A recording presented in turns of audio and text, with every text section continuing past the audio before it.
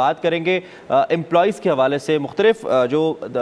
ادارے ہیں، سرکاری ادارے ہوں یا نیم سرکاری ادارے ہوں، یہاں پہ اگر امپلائیز کے حقوق کی بات کی جائے، کچھ ادارے ایسے ہیں جو براہ راست چونکہ حکومت سے متعلق ہیں، اس میں براہ راست ان کی بات حکومت تک پہنچتی ہے، حکومتی عہدیداروں تک پہنچتی ہے، تاہم کچھ ایسے ادارے ہیں، سیمی گورنمنٹ ایسے ادارے ہیں جس میں پاکستان ٹیلی ویژن بھی شامل ہیں، جس میں کچھ ایسی باڈیز موجود ہیں، ایسی امپلائیز یونینز موجود ہیں کیونکہ ان کے رائٹس کے لیے بات کرتی ہیں۔ تازہ ترین ایک خبر جو ہم تک پہنچی ہے وہ یہ ہے کہ ایک چارٹر آف ڈیمانڈ پیش کیا گیا ہے پاکستان ٹیلی ویژن کی سینٹرل امپلائیز یونین کی جانب سے۔ اس چارٹر آف ڈیمانڈ میں امپلائیز کے لیے کیا رکھا گیا ہے، کیا یہ جو ڈیمانڈ ہے چارٹر آف ڈیمانڈ ہے اس پہ امپلائیز کے لیے کوئی بینیفٹ ہے، اگر ہے تو اس پر عمل درآمد کتنا ہوگا، یہ چند اہم امور ہیں جو پی ٹی وی سے متعلق افراد کے لیے یقیناً انتہائی امپورٹنس اور اہمیت کے حامل ہیں۔ ہمیں سینئر نائب صدر P T V central employees union Iqbal Shaheen صاحب اسٹوڈیوز میں جوائن کر رہے ہیں، ان سے ہم اسی حوالے سے پوچھیں گے کہ اس چارٹر کی اہمیت کیا ہے اور مستقبل میں اس کا مستقبل کیا ہوگا۔ آپ کا بہت شکریہ شاہین صاحب ہمیں جوائن کرنے کے لیے، سوال تو میں نے بتا دیا۔ سب سے پہلے یہی جاننا چاہیں گے آپ سے کہ اس چارٹر کی اہمیت جو آپ نے پیش کیا ہے مینیجنگ ڈائریکٹر پاکستان ٹیلی ویژن کے سامنے، اس کے چیدہ نکات کیا ہیں، اس سے جو امپلائیز جو آپ سے متعلق ہیں، پی ٹی وی سے منسلک ہیں، ان کو کیا فوائد حاصل ہوں گے؟ Thank you very much. سب سے پہلے تو میں آپ کا شکر گزار ہوں کہ آپ نے امپلائیز کے اور مزدوروں کے حوالے سے یہ خبر دیکھی اور یہ چارٹر آف ڈیمانڈ کا آپ کو پتہ چلا اور آپ نے ضروری سمجھا کہ اس کو ہائی لائٹ کیا جائے اور اس پہ ڈسکشن کی جائے۔ کسی بھی ادارے میں جہاں بھی ٹریڈ یونینز کام کرتی ہیں وہاں پہ ٹریڈ یونینز ایک پے پیکیج دیتی ہیں ٹھیک امپلائیز کے لیے، اور وہ پے پیکیج 2 سال کی مدت کے لیے بھی ہوتا ہے، 3 سال کی مدت کے لیے بھی ہوتا ہے، تو اس پے پیکیج کو ہم چارٹر آف ڈیمانڈ کہتے ہیں۔ پاکستان ٹیلی ویژن میں یونین جو ہے وہ 1978 میں بین ہوئی، اس کے بعد 1997 میں ریسٹور ہوئی، تو اس سے لے کر آج تک یہ 7واں چارٹر آف ڈیمانڈ جو ہم نے کل پیش کیا ہے اللہ تعالیٰ کے فضل و کرم سے، یہ 7واں چارٹر آف ڈیمانڈ ہے۔ اور اس charter of demand 7 charter of demand میں سے 5 چارٹر آف ڈیمانڈ کا اعزاز مجھے اور میری قیادت کو حاصل ہے کہ ہم نے پیش کیے ہیں، میری یونین نے پیش کیے ہیں۔ اور اس کے ساتھ ساتھ یہ بھی خوشائند بات ہے کہ 5واں چارٹر آف ڈیمانڈ جو ہم نے پیش کیا وہ یوسف بیگ مرزا صاحب ہیں، پی ٹی وی کے وہ واحد ایم ڈی ہیں جن کو ہم یہ 5واں چارٹر آف ڈیمانڈ پیش کر رہے ہیں۔ انہی ایم ڈی صاحب کو ٹھیک ہے۔ تو مجموعی طور پہ ہم چاہیں گے کہ آپ اس کے کانٹینٹ کے حوالے سے بتائیں، چونکہ ایک عام امپلائی جو پاکستان ٹیلی ویژن کا ہے وہ اس حوالے سے جاننا چاہتا ہے، اس میں ایسے کون سے نکات آپ نے شامل کیے ہیں جو پہلے نہیں تھے اور کس طرح سے ڈیفرنٹ بناتا ہے یہ اس چارٹر کو باقی چارٹر سے؟ دیکھیں جی، جو چارٹر آف ڈیمانڈ ہے اس میں ایک تو بیسک پوائنٹ جو ہر جو امپلائی ہے اس کی اس وقت نظر ہی چارٹر آف ڈیمانڈ پہ ہے۔ اس وقت گورنمنٹ آف پاکستان نے اپنی سیلری امپلائیز کی بڑھا دی ہیں، پی ٹی وی کے امپلائیز جو ان کی سیلری جو ریوائز ہونی ہے وہ 1 جولائی 2012 سے ہونی تھی۔ تو چارٹر آف ڈیمانڈ جو پیش کرنا تھا ہمیں پرسوں ہی جو اب ہم نے ٹیک اوور کیا ہے، تو ہم نے 1 دن کی کوشش کے ساتھ یہ چارٹر آف ڈیمانڈ پیش کیا، اور یہ ہمارے جتنے بھی ملازمین ہیں ان کی ایک جذبات تھے، ترجمانی کی ہم نے کہ جتنی جلدی ممکن ہو ہم چارٹر آف ڈیمانڈ پیش کریں۔ اس میں جو بنیادی چیز ہوتی ہے وہ ہوتی ہے پے پیکیج۔ ٹھیک ہے، اس کے 3-4 پہلو ہیں، 3-4 آپ اس کو حصوں میں کہہ سکتے ہیں کہ سب سے زیادہ امپارٹنٹ چیز ہے وہ ہماری پے پیکیج ہے۔ پے پیکیج ریوائز کروانا ہوتا ہے۔ ہم نے آج تک جتنے بھی پے پیکیج دیے اس میں اسکیل ریوائز کروائے ہیں الحمدللہ۔ تو کل بھی جو ہم نے پیش کیا اس میں ہم نے اپنے ملک کے اندر مہنگائی کی صورتحال، دوسرے اداروں کے پے پیکیج کو مد نظر رکھتے ہوئے ہم نے جو ڈیمانڈ کی ہم نے 100% اس میں انکریز کا مطالبہ کیا۔ دوسرا اس کے ساتھ ریلیٹڈ جو حصہ ہوتا ہے وہ الاؤنسز کا ہوتا ہے، وہ بھی ہم نے پرپورشنلٹی انکریز کا مطالبہ کیا۔ اور اس کے ساتھ ساتھ ادارے کی بہتری کے لیے جو تجاویز ہیں وہ دی ہیں، پروڈکشن کو بہتر بنانے کے لیے تجاویز دی ہیں، جو ریٹائرڈ امپلائیز ہونے جا رہے ہیں ان کے لیے جو پینشن کے معاملات ہیں وہ، اور اس طرح ڈسیزڈ امپلائیز جو ہمارے ہو جاتے ہیں ان کے حوالے سے بھی اس میں اہم نکات جو ہیں ہمارے شامل ہیں۔ اچھا، یہاں پر آپ سے ضرور پوچھنا چاہیں گے اقبال صاحب کہ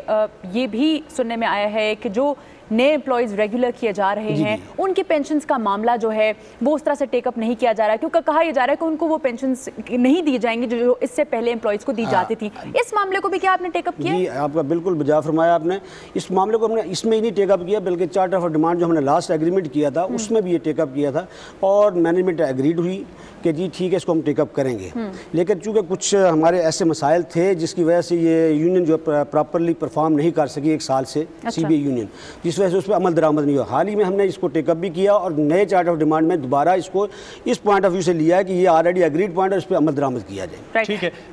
عمومی طور پر کارکنوں کے حوالے سے یہ یونینز کے حوالے سے یہ کہا جاتا ہے کہ یونینز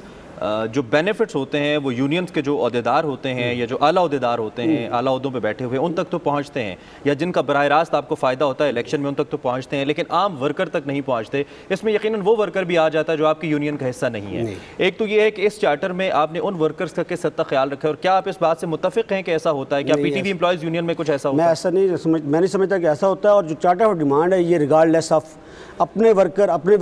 ووٹر یا اپنے سپورٹر یا اپنے کارکن, یہ تمام کے لیے اجتماعی چارٹر آف ڈیمانڈ ہوتا ہے. پہلی بات تو یہ طے بات ہے. لیکن یہاں پر اقبال شاہین صاحب یہ سوال ضرور اٹھایا جاتا ہے نا, کہا جاتا ہے کہ یونین کے جو عہدیدار ہیں ان کو کافی آسائش دی جاتی ہے, وہ عیش میں رہتے ہیں, لیکن جو عام ورکر ہوتا ہے جو واقعی اس کے لیے کام کرتا ہے اس طرح کے مراد ان کو نہیں ملتے. اس کے بارے میں آپ کا کیا کہنا ہے؟ آج کا یہ جو ترقی یافتہ دور ہے, جتنی آج میڈیا ترقی کر رہا ہے, اس میں آپ اس چیز سے ضرور ایگری کریں گے کہ ایک پروسیس ہوتا ہے جس سے عہدیداران ہوں یا جنرل الیکشن کے لوگ وہ نکل کے آتے ہیں. اگر ایسی بات ہو تو لوگ نیکسٹ ریفرنڈم میں, نیکسٹ الیکشن میں ان کو ٹھکرا دیتے ہیں. اگر یہی بات ہوتی تو آپ یہ خوش آئند بات ہے کہ P T V central employee union جو ہے یہ 5ویں مرتبہ 7 ریفرنڈم میں سے 6 ریفرنڈم 5ویں دفعہ منتخب ہو رہی ہے, تو اس کا مین کہ ایسی بات نہیں ہے اور لوگوں کا ہم پہ اعتماد ہے. اچھا, یہاں پر اقبال شاہین صاحب آپ کا یہ کہنا تھا کہ آپ یہ 5واں چارٹر جو ہے وہ پیش کرنے جا رہے ہیں, اور یہ 5واں چارٹر جو ہے وہ یوسف بیگ مرزا صاحب نے ریسیو کیا ہے, جو کہ آپ نے ان کے سامنے پیش کیا. اس سے پہلے جو آپ نے چارٹرز پیش کیا ہے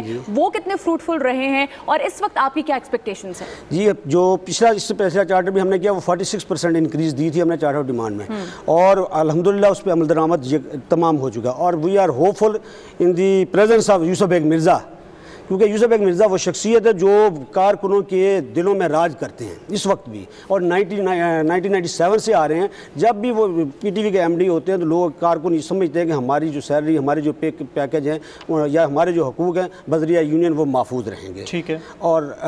کبھی بھی ایسا نہیں ہوا کہ جو انہوں نے کمٹمنٹ کی ہوں, جس پہ انہوں نے ایگریمنٹ پہ سائن کیے ہوں, اس پہ عمل درآمد نہ کیا گیا. ٹھیک ہے. مختلف جو پی ٹی وی کے امپلائیز ہیں جو ابھی تک ریگولر نہیں ہوئے, ان کا معاملہ ابھی تک بیچ میں باقی ہے, تو ہم اس پہ آپ کا ویو لینا چاہیں گے, اس کے حوالے سے آپ نے کیا کیا ہے, اور اس کے علاوہ آپ کی ہوپس کیا ہیں اس چارٹر سے, ایکسپیکٹیشنز, کیونکہ نارملی چونکہ آپ کو ایک بارگین ایسوسیشن بھی کہا جاتا ہے, تو اس میں اگر بارگیننگ یونین کہا جاتا ہے, اگر آپ بارگین کے طرز عمل پہ آپ آتے ہیں تو اس میں آپ کی اس چارٹر کے حوالے سے آپ کی ہوپس کیا, اور ریگولرائزیشن کے حوالے سے بتائیے گا. P T V central employee union جو اس نے ہمیشہ سے لوگوں کو ریگولر کروانے, بلکہ ہم تو یہ توقع کرتے ہیں کہ جو گورنمنٹ کی پالیسی ہے 90 ڈیز کے بعد اگر اس کی ضرورت ہے ورکر کی تو اس کو ریگولر ہو جانا چاہیے, کرنا چاہیے مینجمنٹ کو.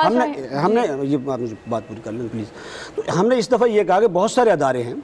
جہاں پہ ایک پالیسیز ہیں کہ 1 سال کے بعد, 2 سال کے بعد, 2.5 سال کے بعد ریگولر کر دیا جاتا ہے. تو ہم بھی یہ چاہتے ہیں, ہم نے یہ ڈیمانڈ کی ہے کہ اسی پریزیڈنٹ کو مد نظر رکھتے ہوئے